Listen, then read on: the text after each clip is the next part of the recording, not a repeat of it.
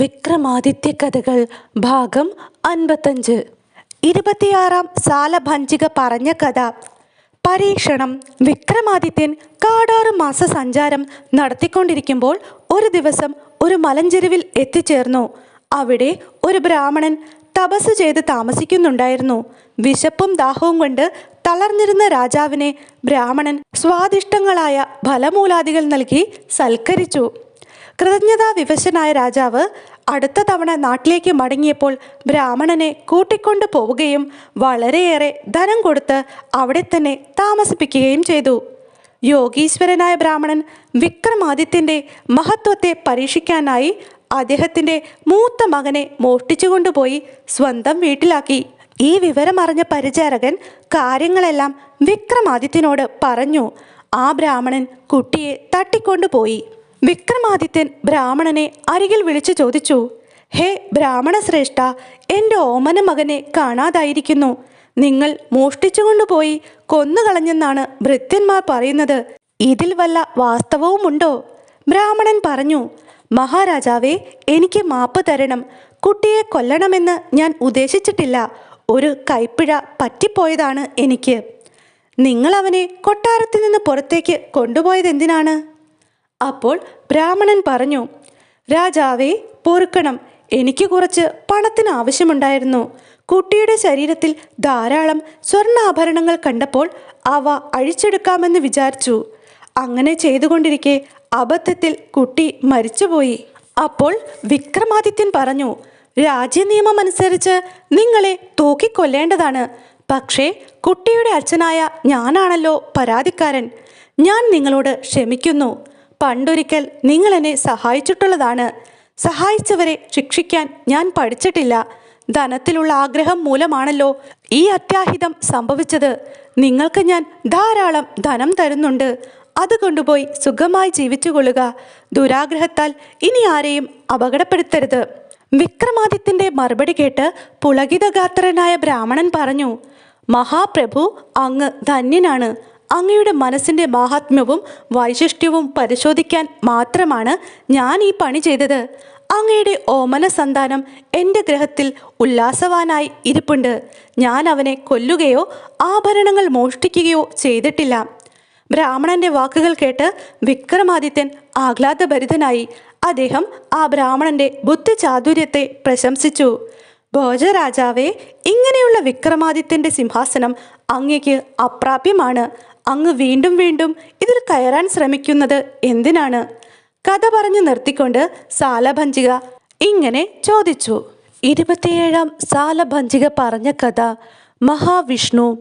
വങ്കനാട്ടിലെ രാജകുമാരിയുടെ സൗന്ദര്യം കണ്ട് ദേവദത്തനെന്നു പേരായ ബ്രാഹ്മണൻ അവളിൽ അനുരക്തനായി തീർന്നു. സാധാരണക്കാരനായ തനിക്ക് രാജകുമാരിയെ ഭാര്യയായി കിട്ടുന്നതിനെപ്പറ്റി ചിന്തിക്കുവാൻ പോലും നിർവാഹമില്ലാതിരുന്നതുകൊണ്ട് അയാൾ തൻ്റെ അഭിലാഷം എങ്ങും പ്രകടമാക്കിയില്ല. എന്നാൽ ഏറെ നാൾ അയാൾക്ക് മനസ്സിലെ ആഗ്രഹം മൂടിവച്ചിരിക്കാൻ പറ്റിയില്ല. ബ്രാഹ്മണന്റെ സുഹൃത്തായ ഒരു ശില്പി ഉണ്ടായിരുന്നു. അയാൾ ഇക്കാര്യം അറിഞ്ഞ് ഒരു യന്ത്രപക്ഷിയെ ഉണ്ടാക്കി ബ്രാഹ്മണന് സമ്മാനിച്ചു. അതിൻ്റെ പുറത്ത് കയറിയാൽ ഇഷ്ടം പോലെ പറക്കാൻ കഴിയുമായിരുന്നു.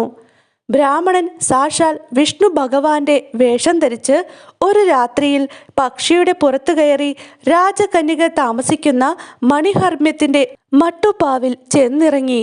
പക്ഷിയുടെ പുറത്തു കയറി തൻ്റെ മുമ്പിൽ ആഗതനായ വിഷ്ണുവിനെ കണ്ട് അവൾ അതീവ സന്തുഷ്ടയായി. അവർ ദമ്പതികളായി ജീവിക്കുവാൻ തുടങ്ങി. തൻ്റെ പുത്രിയുടെ സമീപത്ത് ദിവസേന രാത്രി ആകാശത്ത് നിന്ന് വിഷ്ണു ഭഗവാൻ ആഗതനാകാറുണ്ടെന്ന് കേട്ട് രാജകുമാരിയുടെ പിതാവ് അതിരറ്റ് സന്തോഷിച്ചു. ഒരു ദിവസം വങ്കനാടിനെ ആക്രമിക്കുവാൻ ശത്രു സൈന്യം വന്നെത്തി. അവർ കോട്ട വളഞ്ഞ് യുദ്ധത്തിനൊരുങ്ങി നിന്നു. രാജാവ് ഉടനെ മകളോട് പറഞ്ഞു, മകളെ, നമ്മുടെ രാജ്യം ശത്രുവിൻ്റെ കയ്യിൽ പതിക്കാറായിരിക്കുന്നു. ശത്രുവിനെ തുരത്താനുള്ള സൈന്യബലം നമുക്കില്ല. നിന്റെ ഭർത്താവ് മഹാവിഷ്ണുവാണല്ലോ. നീ അദ്ദേഹത്തോട് വിവരം പറയണം. അദ്ദേഹം വിചാരിച്ചാൽ ശത്രു സൈന്യം തകർന്ന് തരിപ്പണമായി പോകും. രാജകുമാരി അന്നു രാത്രി ഈ വിവരം ഭർത്താവിനോട് പറഞ്ഞു. മഹാവിഷ്ണുവിൻ്റെ നില വല്ലാത്ത പരിങ്ങലിലായി. സ്വതവേ ഭീരുവായിരുന്ന അയാൾ ഭാര്യയെ പറഞ്ഞ് സമാധാനിപ്പിക്കുകയും അതൊക്കെ താൻ ശരിയാക്കാമെന്ന് ഉറപ്പു കൊടുക്കുകയും ചെയ്തു.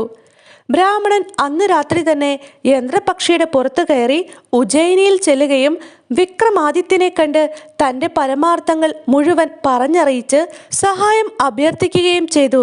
വിക്രമാദിത്യൻ താമസം വിന സൈന്യങ്ങളുമായി വന്ന് ശത്രുക്കളെ തോൽപ്പിക്കുകയും വങ്കനാട്ടിലെ രാജാവിനെ കാണാൻ നിൽക്കാതെ മടങ്ങിപ്പോവുകയും ചെയ്തു. ശത്രുബാധ ഒഴിഞ്ഞപ്പോൾ വങ്കരാജാവ് ആശ്വാസനിശ്വാസം വിടുകയും മകളുടെ ഭർത്താവായ വിഷ്ണു ഭഗവാനാണ് ഇതിന് കാരണക്കാരനെന്ന് വിശ്വസിക്കുകയും ചെയ്തു. അന്യരെ സഹായിക്കുവാനുള്ള വിക്രമാദിത്യന്റെ ഉത്സാഹം അതിശയകരമായിരുന്നു. പരോപകാര തൽപരനായിരുന്ന അദ്ദേഹത്തിന്റെ ഈ സിംഹാസനത്തിൽ കയറാൻ ഭോജരാജാവേ, അങ്ങയ്ക്ക് അർഹതയില്ല. അതുകൊണ്ട് അങ്ങ് ഈ ഉദ്യമം ഉപേക്ഷിക്കുന്നതാണ് ഉത്തമം. സാലഭഞ്ജിക കഥ അവസാനിപ്പിച്ചു. രാജാവും മന്ത്രിയും സന്ധ്യാവന്ദനങ്ങൾക്ക് തയ്യാറായി. 28-ാം സാലഭഞ്ജിക പറഞ്ഞ കഥ. മഹാബലി. വിക്രമാദിത്യൻ ഉജ്ജയിനിയിൽ ക്ഷേമൈശ്വര്യങ്ങളോടെ നാടുവാണുകൊണ്ടിരുന്നപ്പോൾ ഒരു കൂറ്റൻ പന്നി എവിടെ നിന്നോ പട്ടണത്തിൽ വന്നു ചേരുകയും വലിയ നാശനഷ്ടങ്ങൾ വരുത്തുകയും ചെയ്തു. നഗരത്തിൽ പന്നി ഇറങ്ങി മനുഷ്യരെയും മൃഗങ്ങളെയും ഉപദ്രവിക്കുന്നുവെന്ന് കേട്ട് വിക്രമാദിത്യൻ കുതിരപ്പുറത്ത് കയറി അതിനെ വേട്ടയാടാൻ പുറപ്പെട്ടു. ഒരു കുറ്റിക്കാട്ടിൽ മേയുന്ന പന്നിയെ രാജാവ് അകലെ നിന്ന് തന്നെ കണ്ട് അതിൻ്റെ നേരെ കുതിരയെ പായിച്ചു. അദ്ദേഹത്തെ കണ്ടയുടനെ പന്നി ഓടാൻ തുടങ്ങി. വിക്രമാദിത്യൻ ഒരു കൈയിൽ വാളും മറുകൈയിൽ കുന്തവുമേന്തി അതിനെ പിന്തുടർന്നു. കുറെ ദൂരം ചെന്നപ്പോൾ പന്നി വലിയൊരു ഗുഹയിൽ പ്രവേശിച്ചു. അദ്ദേഹവും അതിനെ അനുഗമിച്ചുകൊണ്ട് ഗുഹയിലേക്കിറങ്ങി. ഗുഹയിലൂടെ കുറെ ദൂരം പോയപ്പോൾ വർണ്ണശബളമായ ഒരു വൻ നഗരം അദ്ദേഹത്തിൻ്റെ ദൃഷ്ടിയിൽപ്പെട്ടു. അത് കമനീയമായി അലങ്കരിക്കപ്പെട്ടിരുന്നു. നഗരദ്വാരങ്ങളിൽ പാതാള രാജാവായ മഹാബലി പരിവാര സമേതനായി വാദ്യാഘോഷങ്ങളോടെ വിക്രമാദിത്യനെ സ്വീകരിക്കാൻ ഒരുങ്ങി നിൽപ്പുണ്ടായിരുന്നു. മഹാബലി പറഞ്ഞു, അല്ലയോ വിക്രമാദിത്യ മഹാരാജാവേ, അങ്ങയെ കുറെ കാലമായി ഞാൻ കാണാൻ ആഗ്രഹിക്കുന്നു. അങ്ങയെ ഇങ്ങോട്ട് കൊണ്ടുവരണമെന്ന ഉദ്ദേശത്തോടെയാണ് ഇവിടെ നിന്ന് ഒരാളെ പന്നിയുടെ രൂപത്തിൽ ഉജ്ജയിനിയിലേക്ക് അയച്ചത്. ഇനി കുറച്ച് ദിവസങ്ങൾ എൻ്റെ കൂടെ താമസിച്ച് സാവകാശം തിരിച്ചു പോയാൽ മതി. അപ്പോഴാണ് വിക്രമാദിത്യന് പന്നിയുടെ യഥാർത്ഥ നിറം ഗ്രഹിക്കാൻ കഴിഞ്ഞത്. അദ്ദേഹം സന്തോഷത്തോടെ മഹാബലിയുടെ ആതിഥ്യം സ്വീകരിച്ചു. പാതാള ലോകത്തിൽ നിന്ന് മടങ്ങിപ്പോരുമ്പോൾ മഹാബലി അദ്ദേഹത്തിന് നിരവധി ദിവ്യരത്നങ്ങളും മറ്റു പലവിധ സമ്മാനങ്ങളും സ്നേഹപുരസ്സരം നൽകുകയുണ്ടായി. ഇത്രയും പറഞ്ഞുകൊണ്ട് 28-ാം പടിയിൽ നിന്നിരുന്ന സാലഭഞ്ജിക കഥ അവസാനിപ്പിച്ചു. ഹേ ഭോജരാജാവേ, ഇതാണ് വിക്രമാദിത്യൻ്റെ മഹാത്മ്യം. ഇതിൻ്റെ ഒരംശമെങ്കിലും അങ്ങയ്ക്ക് സ്വന്തമായുണ്ടെങ്കിൽ ഈ സിംഹാസനത്തിൽ കയറാം എന്നുകൂടി സാലഭഞ്ജിക പറഞ്ഞു തീർത്തപ്പോഴേക്കും സന്ധ്യയായതിനാൽ സദസ്സ് പിരിയുകയും രാജാവും മന്ത്രിയും നിത്യാനുഷ്ഠാനങ്ങൾക്കായി തിരിക്കുകയും ചെയ്തു. 29-ാം സാലഭഞ്ജിക പറഞ്ഞ കഥ. ഉഷ്ണജലപ്രവാഹം. വിക്രമാദിത്യന് ഗോവിന്ദവല്ലഭൻ എന്നു പേരായ ഒരു മന്ത്രിയുണ്ടായിരുന്നു. ഒട്ടേറെ സൽക്കാരങ്ങളും ഈശ്വര പൂജയും കഴിച്ചതിൻ്റെ ഫലമായി അയാൾക്ക് ഒരു പുത്രനുണ്ടായി. അവൻ ശൈശവം മുതൽ വിഡ്ഢിയായാണ് വളർന്നു വന്നത്. ശാസ്ത്രങ്ങളും വിദ്യകളും മനസ്സിലാക്കാൻ കഴിയാതെ അവൻ നിരാശനായി ദേശാടനം ചെയ്യാൻ പുറപ്പെട്ടു. നാടുകളും നഗരങ്ങളും ചുറ്റി സഞ്ചരിച്ച് അവൻ ബ്രഹ്മപുത്ര നദീതീരത്തിലെത്തി. അവിടെ ഒരു ചെറിയ ക്ഷേത്രവും ക്ഷേത്രത്തിനരികിൽ ചൂടുവെള്ളം പ്രവഹിക്കുന്ന ഒരു സ്രോതസ്സുമുണ്ടായിരുന്നു. മന്ത്രികുമാരൻ കുറെ കാലം അവിടെ താമസിക്കുവാൻ തീരുമാനിച്ചു. ആ നദിയിൽ ദിവസേന ദേവകന്യകകൾ സ്നാനത്തിന് വരിക പതിവായിരുന്നു. അവർ ഒരു ദിവസം മന്ത്രികുമാരനെ കാണുകയും വിജനപ്രദേശത്ത് ഏകനായി കഴിയാനുള്ള കാരണം ചോദിക്കുകയും ചെയ്തു. അവൻ തൻ്റെ ചരിത്രം മുഴുവൻ അവരെ പറഞ്ഞറിയിച്ചു. ദേവകന്യകകൾക്ക് അനുകമ്പ തോന്നി അവനെ ജ്ഞാനിയാക്കാൻ അനുഗ്രഹിക്കുകയുണ്ടായി.